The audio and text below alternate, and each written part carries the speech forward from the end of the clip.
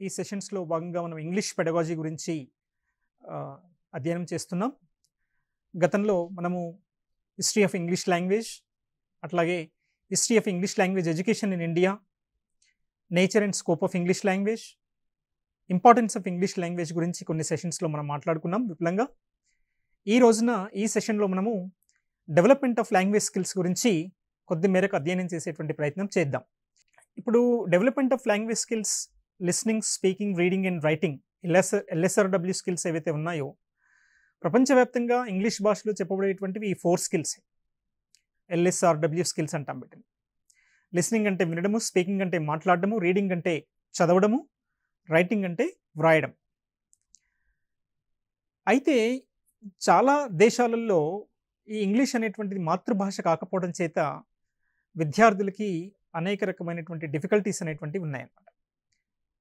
Students have too many difficulties in terms of acquiring these skills or learning these skills, listening, speaking and reading and writing.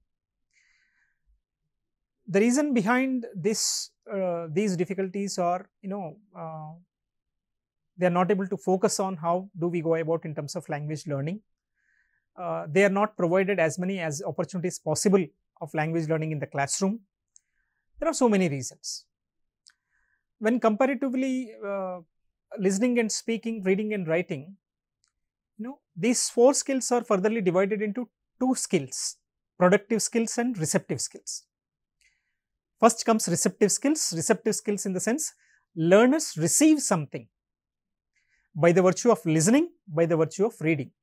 మీరు వింటున్నప్పుడు ఏదో కొంత మీరు సమాచారాన్ని లేదో ఏదో విషయాన్ని మీరు తెలుసుకుంటారు. వినడం అనేటువంటి పని ద్వారా ఇది జరుగుతుంది. లిసనింగ్ అండ్ రీడింగ్, చదవడం కూడా రిసెప్టివ్ స్కిల్. మనం న్యూస్ పేపర్ చదువుతున్నాము, లేదంటే మన పాఠ్యపుస్తకం చదువుతున్నాము, లేదంటే ఇంకా ఏదైనా చదువుతున్నప్పుడు మనకు ఆ రాయబడినటువంటి అంశాలు మనకి తెలుస్తూ ఉంటాయి. We receive something, learners are going to receive something. అందుకనే ఈ లిసనింగ్ని, తర్వాత రీడింగ్ని రిసెప్టివ్ స్కిల్స్ అంటారు. తర్వాత స్పీకింగ్ అండ్ రైటింగ్, ఈ రెండింటిని ప్రొడక్టివ్ స్కిల్స్ అంటారు. ఎందుకంటే మనంతట మనంగా ప్రొడ్యూస్ చేయవలసి ఉంటుంది. స్పీక్ అంటే మనమే మాట్లాడవలసి ఉంటుంది, రైట్ అంటే మనమే రాయవలసి ఉంటుంది, లెర్నర్స్ రాయవలసి ఉంటుంది, లెర్నర్స్ మాట్లాడవలసి ఉంటుంది. సో ఇది టీచర్స్ మొట్టమొదటిగా మనం తెలుసుకోవాల్సినటువంటి అంశం, receptive skills and productive skills.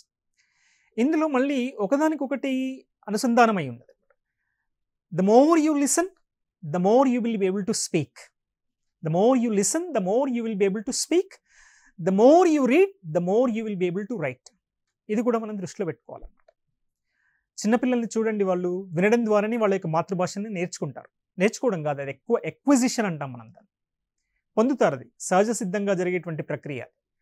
వాళ్ళ ఇంట్లో పేరెంట్స్ కానీ ఎవరైనా పెద్దవాళ్ళు కానీ ఇట్లా మాట్లాడాలి అట్లా మాట్లాడాలి భాషను ఎవరు చెప్పరు. అక్విజిషన్ అంటాం దాన్ని. మనం స్కూల్కి వెళ్ళి A for apple, B for bat, C for cat, ఇది నేర్చుకోవడం అనమాట. ఇది నేర్చుకోవడం అనేటువంటి ప్రక్రియ. ఈ నేర్చుకునేటువంటి ప్రక్రియలో చాలా ఇబ్బందులు అనేటువంటివి ఎదురవుతాయి. సో విద్యార్థులకి మనము మొట్టమొదటిగా నేర్పించవలసినటువంటి అంశం ఏంటంటే లిసనింగ్. ఇంగ్లీష్ భాష పట్ల వాళ్ళకి వినడం పట్ల అభిరుచిని కలగజేయాలి. ఎంత అభిరుచిని ఇంగ్లీష్ భాషను వినడం పట్ల కలగజేస్తే వాళ్ళని అంత మేరకు మనము మాట్లాడించగలుగుతాం. ఏ భాష అయినా సరే అన్నమాట.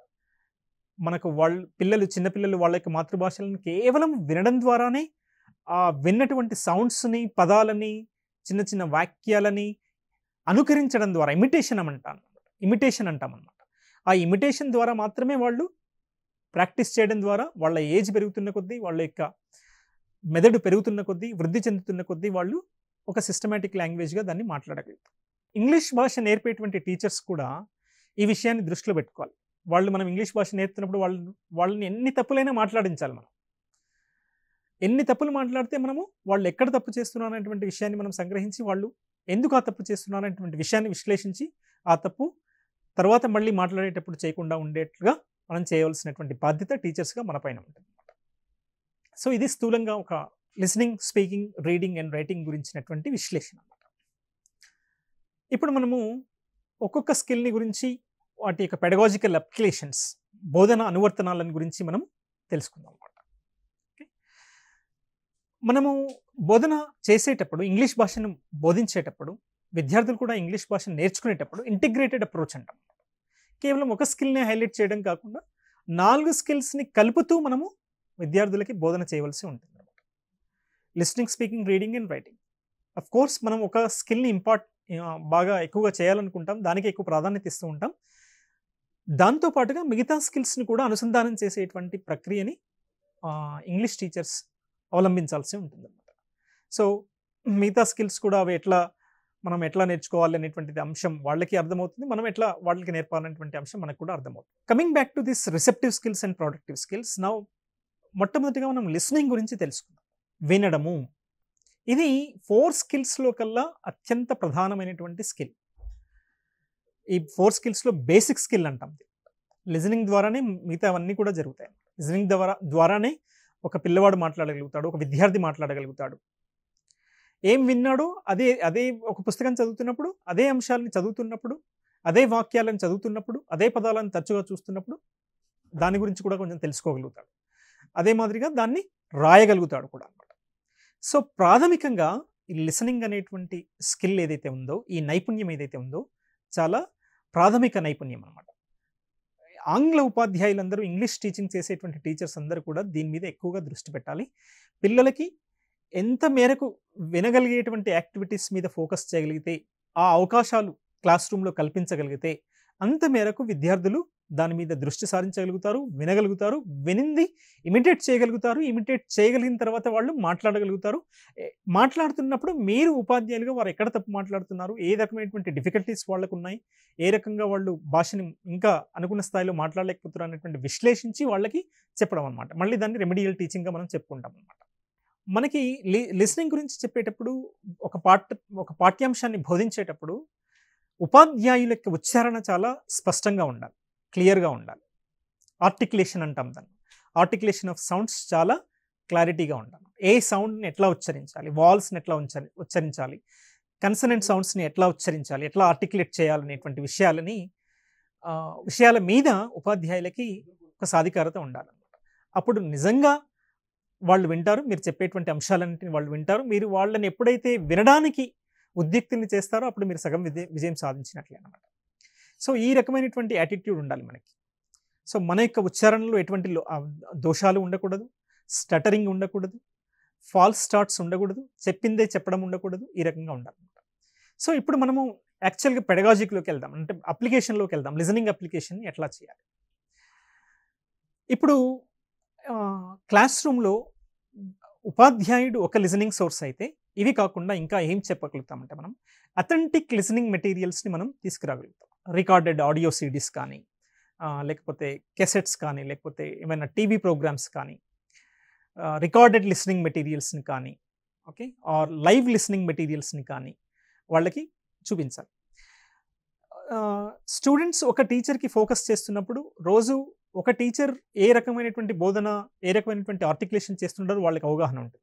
ఈ రకమైనటువంటి మనం చేస్తున్నప్పుడు ఏమవుతుందంటే వాళ్ళు ఆంగ్ల భాషలో ఉన్నటువంటి వైవిధ్యమైనటువంటి ఆర్టికులేషన్స్ని వాళ్ళు తెలుసుకోగలుగుతారు. ఇప్పుడు మనము అథెంటిక్ లిసనింగ్ మెటీరియల్స్ని క్లాస్ రూమ్లోకి ఎప్పుడైతే తీసుకురాగలుగుతామో, రికార్డెడ్ లిసనింగ్ మెటీరియల్స్ని ఎప్పుడైతే తీసుకురాగలుగుతామో, లైవ్ లిసనింగ్ మెటీరియల్స్ని ఎప్పుడైతే తీసుకురాగలుగుతామో, ఒక స్పీకర్కి ఇంకొక స్పీకర్కి మధ్య ఉన్నటువంటి వైవిధ్యాన్ని వాళ్ళు అంచనా వేయగలుగుతారు. నేను ఎక్కడ ఉన్నాను, నా స్థాయి ఏ విధంగా ఉంది అనేటువంటి ప్రశ్న కూడా వాళ్ళ మదిలో తలెత్తుతుంది. అది వాళ్ళని ఆ స్కిల్ నేర్చుకోవడంలో ఇంకా ఎక్కువగా పురోగతిని సాధించే విధంగా ఉపయోగపడుతుంది అన్నమాట. ఇప్పుడు మనం అథెంటిక్ మెటీరియల్స్ లిజనింగ్ అంటే ఏమనుకుంటాం మనం? చెప్పండి. ఏ రకమైనటువంటి క్రికెట్ కామెంటరీ కానీ, లేకపోతే నేషనల్ జియోగ్రఫిక్ ఛానల్లో వచ్చేటువంటి నరేషన్ కానీ, లేకపోతే రైల్వే అనౌన్స్మెంట్స్ కానీ, లేకపోతే రేడియో అనౌన్స్మెంట్స్ కానీ, ఇటువంటి విధంగా ఉండేటువంటి మెటీరియల్స్ని మనం అథెంటిక్ లిసనింగ్ మెటీరియల్స్ అంటాం అనమాట. రోజు వాళ్ళకి స్పోర్ట్స్ ఇంట్రెస్ట్ అనుకోండి, వాళ్ళని క్రికెట్ కామెంటరీ విననియండి. డిఫరెంట్ కామెంటరేటర్స్ ఉంటారు, ఇండియన్ కామెంటరేటర్స్ ఉంటారు, ఫారిన్ కామెంటరేటర్స్ ఉంటారు. వాళ్ళు ఏ రకంగా కామెంటరీ చెప్తున్నారు, వాళ్ళ ఉచ్చారణ ఏ విధంగా ఉంది, వాళ్ళ ఆర్టికులేషన్ ఎట్లా ఉంది, వాళ్ళ ప్రొనౌన్సియేషన్ ఎట్లా ఉంది, వాళ్ళ స్ట్రెస్ ఎట్లా ఉంది, ఇంటనేషన్ ఎట్లా ఉంది, రీదమ్ ఎట్లా ఉంది, ఇవన్నింటిని అంశాలని వాళ్ళకి తెలియజెప్పే విధంగా మన యొక్క బోధనా విధానం అనేటువంటిది ఉండాలన్నమాట. Cricket commentary, national geographic channel, announcements. చిన్నపిల్లల్లో అయితే, ప్రైమరీ స్థాయిలో అయితే కార్టూన్ షోస్ కూడా పెట్టవచ్చు. ఇంగ్లీష్లో ఉన్నటువంటి కార్టూన్ షోస్ని కూడా పెట్టవచ్చు. చాలామంది హిందీ నేర్చుకున్నారు డోరేమాన్ ద్వారా. అట్లాగే ఇంగ్లీష్ కార్టూన్ షోస్ ద్వారా కూడా అది కూడా ఒక రకమైనటువంటి అథెంటిక్ లిసనింగ్ మెటీరియల్ అనమాట. ఇది పెద్ద స్థాయిలలో సాధ్యం కాదు, కానీ ప్రైమరీ స్థాయిలలో కానీ విస్తృత స్థాయిలో సాధ్యమవుతుంది. ఇంగ్లీష్ రైమ్స్ కానీ ఇవన్నీ కూడా అవి వినడం వల్ల వాళ్ళ మైండ్ దానికి ట్యూన్ అవుతుంది. ఇప్పుడు మనం ఒక పాటను 10 సార్లు విన్నాం అనుకోండి, ఒక హిట్ సాంగ్ని 10 సార్లు విన్నాం అనుకోండి, ఏమవుతుంది 11వ 12వ మనకు తెలియకుండానే దాన్ని మనం హమ్ చేస్తాం. పాడలేకపోయినా సరే పూర్తి స్థాయిలో దాన్ని హమ్ చేస్తాం అన్నమాట. ఇదే ప్రక్రియ విద్యార్థుల యొక్క మనసుల్లో కూడా జరుగుతుంది. కన్సిస్టెంట్గా వాళ్ళు వింటున్నప్పుడు ఖచ్చితంగా వాళ్ళ యొక్క మెదడులు అనేటువంటివి సింక్రనైజింగ్కి గురవుతాయి అన్నమాట. అది వాళ్ళకి తెలియకుండానే ఇంగ్లీష్ భాషని మాట్లాడే విధంగా చేస్తుంది. కానీ చాలామంది ఉపాధ్యాయులు లిసనింగ్ స్కిల్ మీద ఫోకస్ చేయరన్నమాట. కేవలం మనకు ఏదైతే సిలబస్ ఉందో దాన్ని చెప్పడము, ప్రోస్ పోయిటరీ ఏదైతే ఉందో వాళ్ళని చెప్పే word by word, sentence by sentence ఇట్లా మీనింగ్ చెప్పడం వల్ల వాళ్ళు దానికే అలవాటు పడతారు. అట్లా కాదు, లిసనింగ్ని మనం పూర్తి స్థాయిలో వాళ్ళకి చెప్పాలి, దాని యొక్క ప్రాధాన్యతను వివరించాలి. అది ఏ విధంగా మిగతా స్కిల్స్ని డెవలప్ చేసుకోవడానికి ఉపకరిస్తుందో కూడా మనము తెలియజేయగలిగి ఉండాలన్నమాట. ఇప్పుడు మనం చెప్పుకున్నట్లుగా అనమాట, నేషనల్ జియోగ్రఫిక్ ఛానల్ కానీ, రేడియో కామెంటరీ కానీ, టీవీ కామెంటరీ కానీ, తర్వాత రైల్వే స్టేషన్ అనౌన్స్మెంట్స్ కానీ, ఇంకా ఎనీథింగ్ ఎల్స్, ఇవి అథెంటిక్ లిసనింగ్ మెటీరియల్స్ కిందికి వస్తాయి అన్నమాట. తర్వాత రికార్డెడ్ లిసనింగ్ మెటీరియల్స్ అంటే speeches by the great people, లేకపోతే ఇప్పుడు మనకి చాలా ఇంటరాక్టివ్ బుక్స్ వచ్చినాయి, అంటే బుక్స్ విత్ ఆడియో సిడీస్ వచ్చినాయి అనమాట. మనకి ప్రైమరీగా ఇంగ్లీష్ భాషలో సంబంధించిన ఫొనెటిక్స్, ఫొనాలజీ, దీనికి సంబంధించి కూడా బెటర్ ఇంగ్లీష్ ప్రొనౌన్సియేషన్కి సంబంధించినటువంటి కూడా ఇంగ్లీష్ ప్రొనౌన్సియేషన్ ఇన్ యూజ్ అనేటువంటి పుస్తకాలు ఆడియో సిడీస్ ద్వారా కూడా వచ్చినాయి అనమాట. ఇవి కూడా వాళ్ళకి వినిపించేటువంటి ప్రయత్నం చేయాలి. చేస్తున్నప్పుడు ఏ సౌండ్ని ఎట్లా ఆర్టికులేట్ చేయాలి, వాల్స్కి కన్సనెంట్స్కి ఏ రకమైనటువంటి డిఫరెన్స్ ఉంది, వాల్స్ని ఆర్టికులేట్ చేసేటప్పుడు ఏ రకమైనటువంటి రూల్స్ అండ్ రెగ్యులేషన్స్ ఉన్నాయి, కన్సనెంట్స్ని ఆర్టికులేట్ చేసేటప్పుడు ఏ రకమైనటువంటి డిఫరెన్సెస్ ఉన్నాయి, ఇవన్నీ కూడా వాళ్ళు తేలిగ్గా గమనించగలుగుతారు. గమనించలేనటువంటి పక్షంలో ఉపాధ్యాయులు వాళ్ళకి హెల్ప్ చేయాలి, టీచర్స్ వాళ్ళకి హెల్ప్ చేయాలన్నమాట. ఇవి రికార్డెడ్ లిసనింగ్ మెటీరియల్స్ కూడా వాళ్ళకి చాలా ఉపయోగపడుతుంటాయి అన్నమాట. తర్వాత లైవ్ లిసనింగ్ మెటీరియల్స్, ఎవరైనా ఇంగ్లీష్లో మాట్లాడుతున్నారు, anybody who is speaking in English, good English, reasonably good English. So వాళ్ళకి ఒక సెమినార్ ప్రజెంటేషన్ కానివ్వండి, లేకపోతే ఒక పబ్లిక్ గ్యాదరింగ్ కానివ్వండి, లేకపోతే ఇంకా అటువంటి ఏ రకమైనటువంటి అంశాలను కూడా అనమాట. ఈ లైవ్ లిసనింగ్ ప్రోగ్రామ్స్ వల్ల కూడా మనకి ఉపాధ్యాయులకి ఒక అవకాశం దొరుకుతుంది విద్యార్థులని లిజనింగ్ స్కిల్స్ పట్ల మక్కువను పెంచుకోవడానికి, అట్లాగే ఆ స్కిల్ పట్ల ఎక్కువగా ఫోకస్ చేయడానికి అనమాట. తర్వాత సెలెక్టివ్ లిజనింగ్ అనేటువంటిది ఇంకొకటి ఉంటుందండి. సెలెక్టివ్ లిసనింగ్ అంటే ఏంటంటే కొన్ని వాళ్ళ స్థాయికి అనుగుణంగా అనమాట, ఇంటెలిజిబిలిటీ లెవెల్ అంటాం మనం. అంటే విద్యార్థుల యొక్క అవగాహన సామర్థ్యము, అర్థం చేసుకునేటువంటి సామర్థ్యానికి అనుగుణంగా మనము వాళ్ళు ఏ రకమైనటువంటి ప్రొనౌన్సియేషన్ ఉంటే అర్థమవుతుంది, ఆర్టికులేషన్ ఉంటే అర్థమవుతుంది, స్పీడ్గా ఉంటే అర్థమవుతుందా, స్లోగా ఉంటే అర్థమవుతుందా అనేటువంటి అంశాలను చూసుకొని ఆ రకంగా సెలెక్టివ్ లిజనింగ్ మనం చేస్తాం అనమాట. వాళ్ళ యొక్క ఇంటెలిజిబిలిటీ లెవెల్ని ఆధారం చేసుకొని వాళ్ళకి కొన్ని ఆడియో సిడీస్ని వినిపించడం కానీ, ఆడియో ప్రోగ్రామ్స్ వినిపించడం కానీ అనేటువంటివి చేస్తూ ఉంటారు అనమాట. మోటార్ ఆడిటరీ ఫెనోమినా అంటారు, వాళ్ళు వినడము మరియు పనిచేయడం అనమాట. తర్వాత ఇక్కడ కొన్ని మనకి జనరల్ ప్రిన్సిపల్స్ ఉంటాయి, కొన్ని సాధారణమైనటువంటి ప్రిన్సిపల్స్ ఉంటాయి సెలెక్టివ్ లిసనింగ్లో మనకి.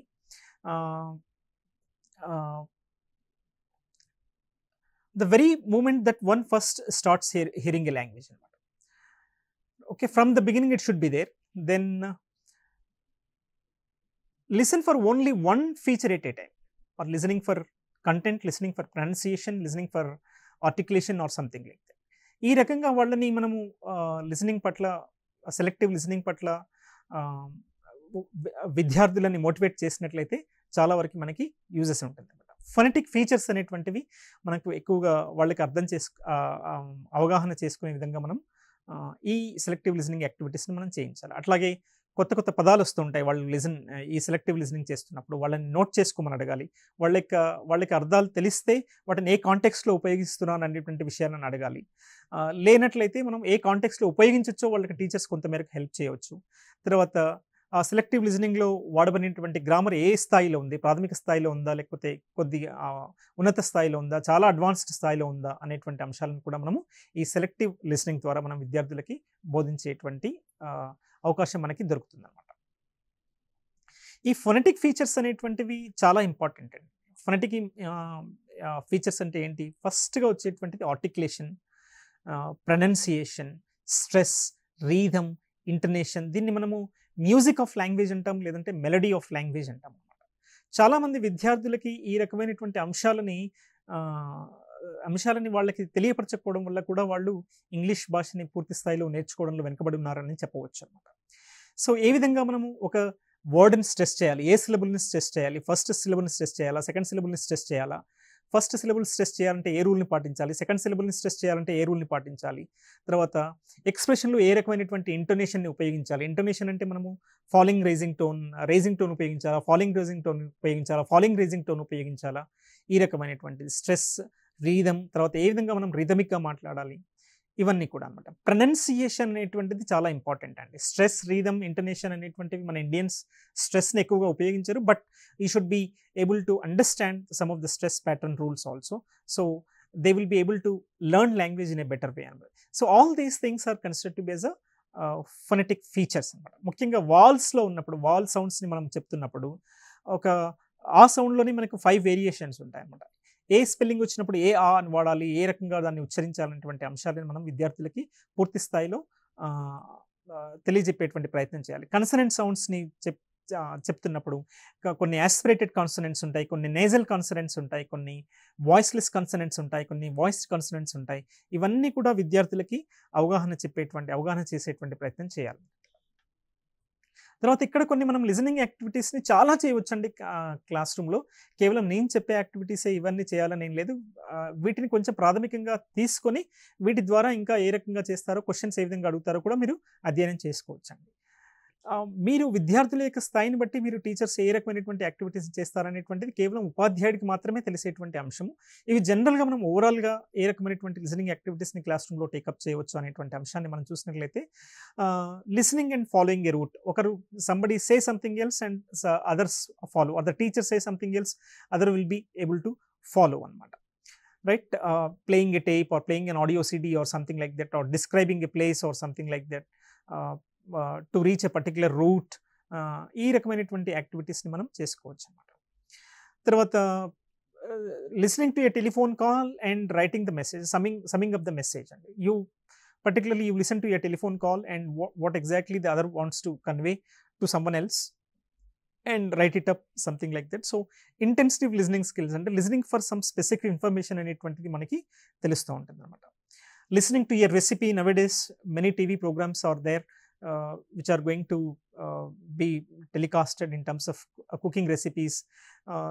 Make the students to listen to that things, they will be able to listen to them, and how the recipe is being made, just ask them to write up on that, just an assignment kind of thing. So these are some of the listening skills and some of the listening activities. Very few of the listening activities, there are umpteen number of listening activities. You should try to focus as much as possible on listening activities itself, because the more students are able to listen, the more they are able to speak. I already told you, speech is primary, writing is secondary. The moment you are teaching them English language, the primary objective of teaching English language is to make them to speak, make such language in their day-to-day activities. That's it. Writing comes next, right? So this is some information about listening activity, teaching listening. Now we step into teaching speaking. Just now I told you, in order to make the students to speak as much as they can, prior to that they must be able to make a habit of listening something else. So unless and until they do it regularly, rigorously, it is not possible for them to speak.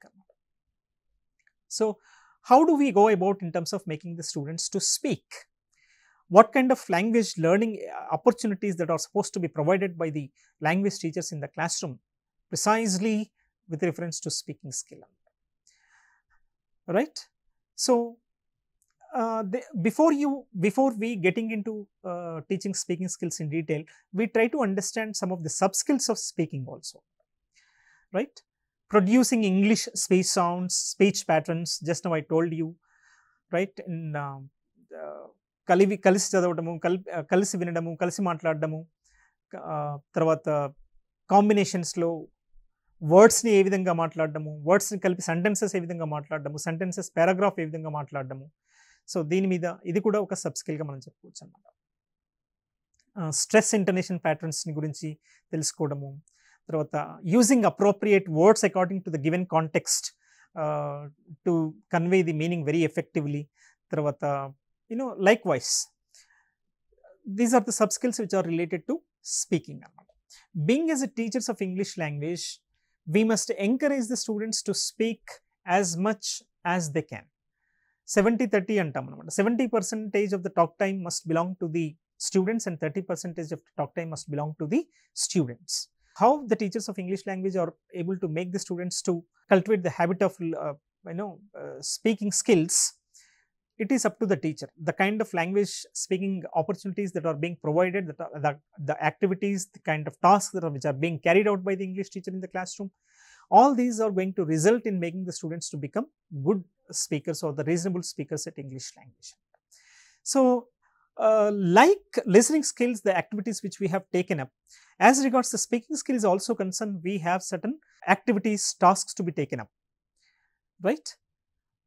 Role plays is one of the activities. You can take the role of a teacher, you can take the role of a doctor, you can take the role of a bank employee, or you can take the role of a grocery shop, something like that. Many roles can be designed and ask the students to get involved in that role and ask them to play that role very effectively. It is very natural, it is quite natural that they make humpty number of mistakes, and don't discourage them while they are going to speak the incorrect English or English with full of grammatical flaws and other things. Note them down quietly and tell them where they are going wrong, why they are going wrong, what is to be done, what is supposed to be carried out in terms of overcoming such kind of problems. And when teachers have to be very careful in terms of identifying things and make the students to know where exactly they are going wrong. So role plays are the very important activities to be taken up by the teachers. You can conduct debates on the ongoing topics or current affairs or something like that, or you can choose the topic which can really suit to the level of the students' intelligibility or something like that. So you can conduct debates, ask the students to come forward to express their ideas, express their viewpoints, express their so many things. Likewise, so arguments take place, debate takes place. It is not that actually we are supposed to listen to those arguments. It is our intent to make the students to speak. So what kind of body language that they have while they debate, while they get engaged in the debate, what kind of arguments that they are presenting, logically how they are able to convince others. So this is also one of the speaking activities that can be taken up in the classroom. You can conduct a little bit seminars, ask the students to prepare a presentation so that they are going to talk about it, they are going to explain about it with facts and figures, with certain information, with certain logic and something like that. So you conduct a little bit seminars also in the classroom. Group discussions, definitely, which are going to help the students to come forward to speak English. They might hesitate to speak English language before the teacher, but once they are get engaged in the group, they might not have that fear and they might come forward to express their ideas very freely with the fellow students or fellow classmates or something like that. If any student is not coming forward, teachers will have to be able to identify those students, and those students have to be encouraged, motivated, related to the given topic, and ask them to get involved in the discussion irrespective of the idea, irrespective of the thought, something like that. The idea is to make them to speak something in English language. Then you have you can do pair works. Two students can be made as a group and assign them a task, assign them a riddle or something like that. They think among themselves, they think in between themselves, and trying to come out to trying to say something else related to the given task or something like that. Then narrating some stories is also one of the things. You can give them a certain topic, certain task, ask them to yarn a story, just ఒక స్టోరీని కల్పించడం అనేటువంటిది. ఒక చిన్న ఐడియాని ఇచ్చి వాళ్ళకి ఏ రకంగా వాళ్ళు దాని చుట్టూ కథ అల్లుతారో, ఆ కథ ఎంతవరకు సూట్ అవుతుందో అనేటువంటి అంశాన్ని కూడా నేర్పించవచ్చు. Narrating stories also one of the important skills to be taken up as regards speaking skills concern. Language games can be taken up. తర్వాత narrating incidents, how did you feel when you go vacation to your grandparents' home or something like that? So how did you spend your summer vacation? Something like that, narrating incidents, whatever the incident that they have come across, which has got a serious impression, serious impact upon their minds or something like that. Something of the same sort can be taken up in the classroom. Narrating incidents also can be done in the classroom. Then interpreting data interpret చేయొచ్చు. ఇది కొంచెం high స్థాయిలో చెప్పొచ్చు పిల్లలకి. తర్వాత లక్షణాలను వివరించడం, describing the interpreting the features or something like this. ఇంకా ఇంటర్వ్యూస్, తర్వాత ఎక్స్టెంపోర్ స్పీచెస్ మనం చేసుకోవచ్చు. తర్వాత రీడింగ్ స్కిల్ అండి, very very important skill. Reading is also, I told you earlier, listening and reading, these two skills are receptive skills. Listening helps them to receive something, as well as reading also helps them to know something else. So as regards reading skills are concerned, we have some sub skills of reading. Recognize and understand the meaning of the words, phrases and sentences. పదాల యొక్క మరియు phrases యొక్క మరియు వాక్యముల యొక్క అర్థాన్ని తెలుసుకోవడం కోసం.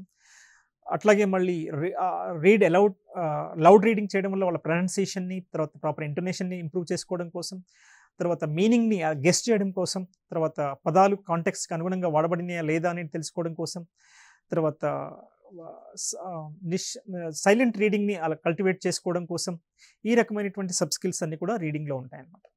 So intensive reading, extensive reading. Intensive reading అంటేనేమో reading for some specific purpose అనమాట, స్పెసిఫిక్ ఇన్ఫర్మేషన్ కోసం, మనకు కావాల్సినటువంటి నిర్దేశించబడినటువంటి సమాచారం కోసం చదవడేటువంటి రీడింగ్ నేమో మనం ఇంటెన్సివ్ రీడింగ్ అంటాం. ఎక్స్టెన్సివ్ రీడింగ్ అంటేనేమో reading anything, reading news papers, reading magazines, reading journals, reading articles, reading essays, everything, whatever that you feel like reading in English, that is called as an extensive reading. Intensive reading and extensive reading, these are the two skills that can be taken up by the teachers in the classroom.